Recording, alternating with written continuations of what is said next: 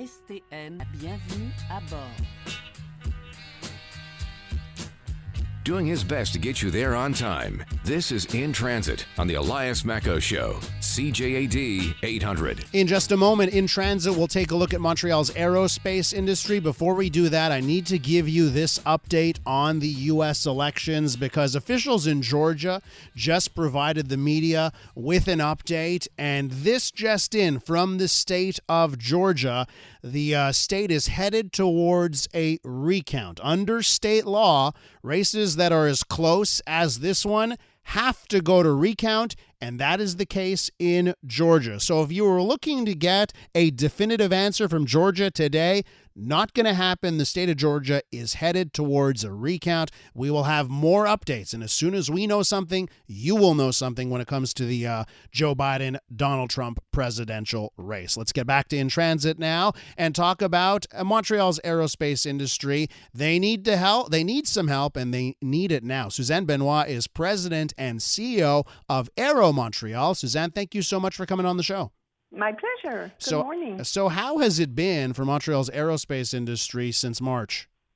It has been a very challenging context for the aerospace industry. You remember 8 months ago, the aerospace industry was producing aircraft at unprecedented rates. It was a year of historic highs, and now we're in a situation where, because of the closure of Canada's border, we're grounding aircrafts, and of course, this is a ripple effect on the whole industry, the whole manufacturing industry, aerospace industry in the Greater Montreal. So, it has been very, very difficult. We anticipate, many layoffs. As you know, more than 4,400 people, had to be put on layoff. And, we don't expect any full recovery before maybe 4 years now. So it will be, we're a resilient sector. We've been to crisis before. But right now, it's a very deep, long period to be in a situation like that. Usually it's 1 year, after 1 year, things to get better. But right now, because of the pandemic, there's so much uncertainty and, it's very, very difficult. So we don't expect any production rate coming back as the level of 2019 before 2025. So now, if people aren't flying, that means less people need planes. So we know the demand is down. So what do you think would be the best strategy of government to provide you with help? How should they help the industry in your estimation? We've been, very proactive in last May, aerospace, the Aéro Montreal group, the board, we had a special crisis committee. We had created a group called the Alliance for Recovery, and we came up with measures. And these measures, were, we made the provincial government, the Quebec government, aware of what the industry needs to go through this crisis. We had a very good reception from the Quebec government, and they also discussed with us. And during the right now, there will be an short economic budget in November, and I'm very optimistic that they will propose some measures to help the industry. But right now, at the federal level, it's very difficult because they have the subsidiary for salaries, which was very useful. But in aerospace, to be able to compete on the long term, we need to invest in innovation. And the federal government, is not really positioning itself, saying that aerospace is strategic, and we need to assist that sector like other jurisdictions in the world did.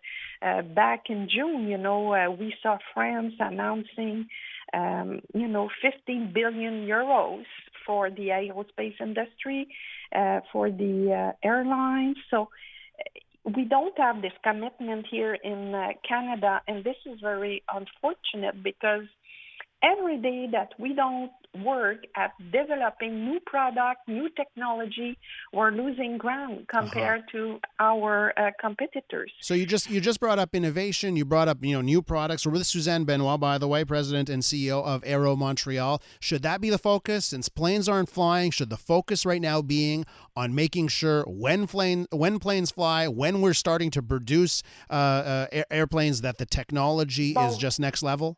Both. I mean, we need to help airlines so the airlines can get revenues in their pocket and they can buy the aircraft. Right now, it's really sad because companies, manufacturer of aircraft, they're stuck with their aircraft and they cannot deliver because the companies cannot pay for it.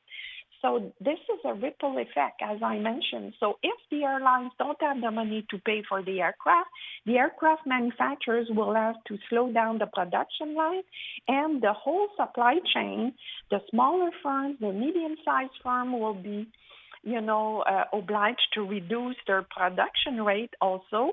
And we're now down to about 50%, in the whole supply chain.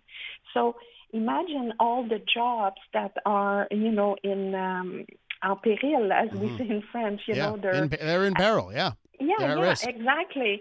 So, I'm very pessimistic in the sense that if the government, the federal government and Quebec government don't have specific program for, liquidity for the company, for cash flows to help them to survive on the short term, we will see unfortunately, some companies going into bankrupt, in the next spring, and it will continue because we are in this situation for another 4 years, like I mentioned.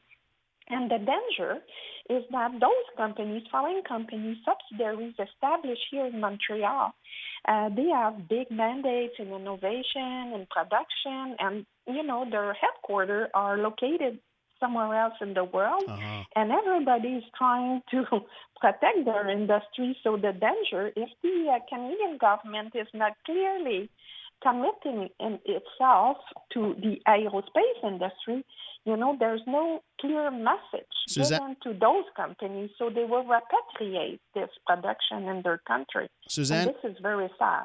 We got to leave it there, Suzanne, but hang in there, and we'll catch up real soon, okay? Thanks so much for coming on the show. Thank you. Bye.